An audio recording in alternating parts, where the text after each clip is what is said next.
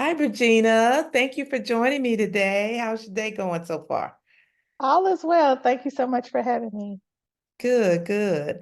I wanted to take this time to get to know you a little bit better and get to know your background and why you are in this real estate and credit repair space and talk about your goals and just kind of get to know you a little bit.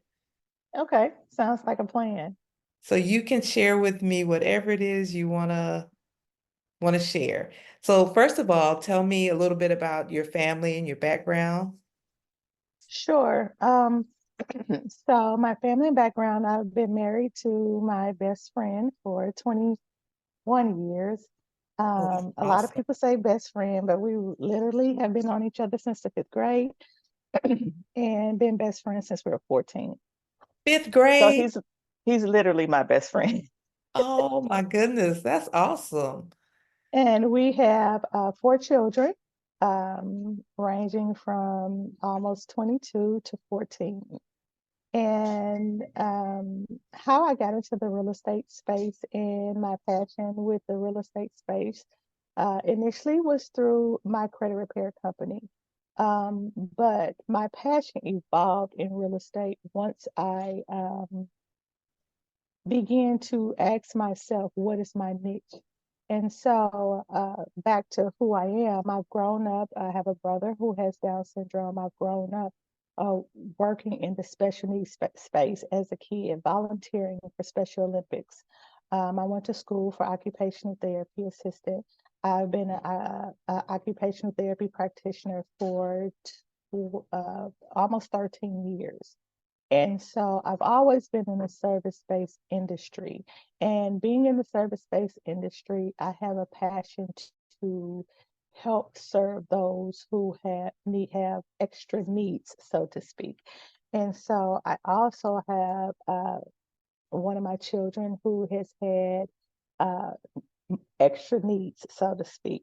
And so when I moved here to Houston, Texas, just going through that process of being a mother who was, you're already stressed and overwhelmed when you're relocating with children, but when you relocate with children or a child who has those extra needs, I feel like the stress load is so much higher. And so I know through my transition here about 12 years ago, I remember all the fears of um, wanting to find the right doctor, wanting to find the right school to serve my child and the needs that they had, wanting just the worries of the interaction with other children, protecting them. It was more than an ocean. Going through the school system, more than an ocean when you have a child that has those extra needs. And a lot of times, if you're not in the right school and they're not equipped to help your child, it could be a nightmare. And I've lived it. And so, really being able to bring my experiences of living that life and navigating those fears and being able to come out on the other side of those fears and do great things, I feel like I have a perspective that I could utilize in the real estate space to help parents, help families navigate their life a little easier with a little less stress because relocating is going to be stressful anyway. But if you can take away some of that stress, if I could take away some of that stress, I think that that would make a world of difference. Where did you relocate from? I relocated from St. Louis, Missouri. Okay. And what was your motivation for coming to Texas? My motivation actually for coming to Texas was a job opportunity with occupational therapy. And so came for a job and evolved. I'm still in the space. I love serving in that capacity. Even if it's for a small, limited time, I love that interaction. So, what would your advice be for someone who is relocating with special needs children? What are some things that you've learned that you can share with them? Some things that I've learned that I can share with them. Number one, in the social media age, there's a phenomenal Facebook groups, and you can even niche those Facebook groups down to whatever your child's need is, and also locations and areas. I do know that schools is one of the biggest concerns. Communities is a big concern. The neighborhoods, are they able to accommodate? Are they able to accommodate kids with sensory issues? Are they able to accommodate kids that may not be able to walk? Do we have these parks that's able to accommodate them because they're still a kid? They still need to have fun. So being able to not only, yes, I focus on homes, but really focus on that community. What does that community provide for that family? So things to look for. I like to look at a community in a whole. What are there sensory gems in that community? So I do have a list of resources, um, and I'm always trying to grow that list of resources. So where are the sensory gems? Where are the horseback riding, therapeutic horseback riding, swimming, those type of things parents look for because Houston is so massive. To be able to niche that down and find a community where you don't have to go 45 minutes to an hour somewhere to serve your child because Houston has traffic. So to be able to niche down to a community where you can find those things nearby, that comes with resources. Again, in those Facebook groups, you can ask questions. Of course, you can come to me, and I can help you find that area that can serve your whole family. Oh, that's awesome. I never even knew that sensory gyms existed. I mean, Yes, they I do. can kind of visualize what it is, but I've never heard that phrase before. So, hmm, good Yes, thing to know. ma'am. Yes, ma'am. So, I have one client relocating here from Louisiana, and she has a list of like some schools that are in certain districts, like Conroe, Magnolia. Hmm. And so those are some, places that she knows about. But me not being in that space, I don't know about any of those things. So you would definitely be the realtor that I would refer her to help her out with her, because I think she has three special needs children. Okay. Now, let me ask you this. I don't know if you know the answer to this or not, but I've been hearing on the news that we have more autistic children now than we ever have. Um, you think it's because of the food, the water, the environment? Any insight about why you think it might be happening now more, or is it just being diagnosed more now than it was in the past? I think it is. So I know for a fact, yes, those numbers are correct.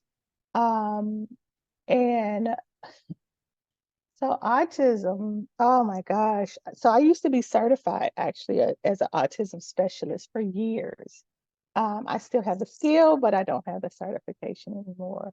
But autism is one of those things I can't say where it comes from because I'm not a doctor, I'm not a researcher, but just me as being in my field, I think food absolutely has something to do with it. I think pesticides and all the chemicals, more and more chemicals that we use in our foods have something to do with it. A lot of times when they're trying to help children that have autism and ADHD and have a hyperactivity and a lot of uncontrolled behaviors, one of the things they look at is their diet and how to change their diet in order to kind of bring them in.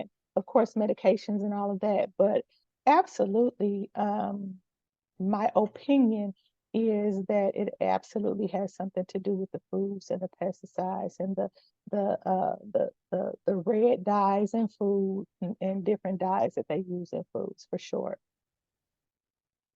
Yeah, I think so too, but yeah, the only way to get around it is to grow your own in your backyard or in your, I because wish you you don't can know look what out it my is. window right now. I have a garden.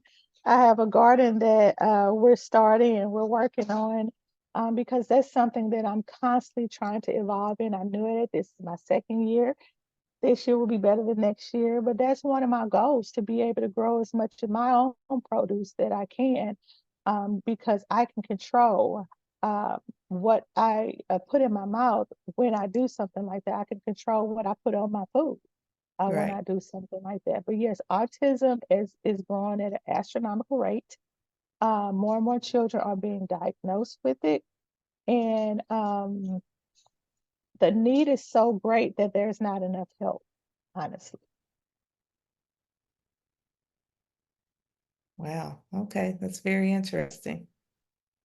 So is Yes. anything else you want to share with us about you or your goals or your My business? goals is to help 50 families this year find their, I want to say forever home, but I want to say their forever community. Help 50 families find their forever community and to help them find their community as far as location and community as far as people. So that's one of my goals in real estate, be more holistic. Okay, sounds good. Thank you so much. And thank you so much for having me. Oh, thank you. Thank you. I learned a lot about you that I didn't know, and I've been knowing you for over a year now. More than a year, over 2 years. Oh my goodness. Around 2 years. Well, we talked before, but we were focused on your credit repair business. Yes, So yes. we didn't really get into the personal part of it, but your credit repair business. Yeah, well, it's so many facets to all of us. Yeah, it is. We don't daughter and did I meet your son? I Or- don't think so. I have three girls and one boy. So I think hmm. So when we were at the NRG, we were at Yes, the car okay, show, so yes. Yes, you met my son and my daughter. And yeah, you met one girl, one out of three, and my son. and she looks just like you. Everybody says she acts just like me, but everybody says she looks just like my husband. My son looks just like me. Well, you and your husband kind of look alike too. Y'all been together so long, you know. Hello. Oh, that's good. Congratulations to everybody. You have a lovely family. Thank you so much. All right. Well, thank you. And I appreciate your time today. And I'll get this out to you as soon as possible. Thank you so much. I appreciate you. All right. Talk to you later. Bye bye.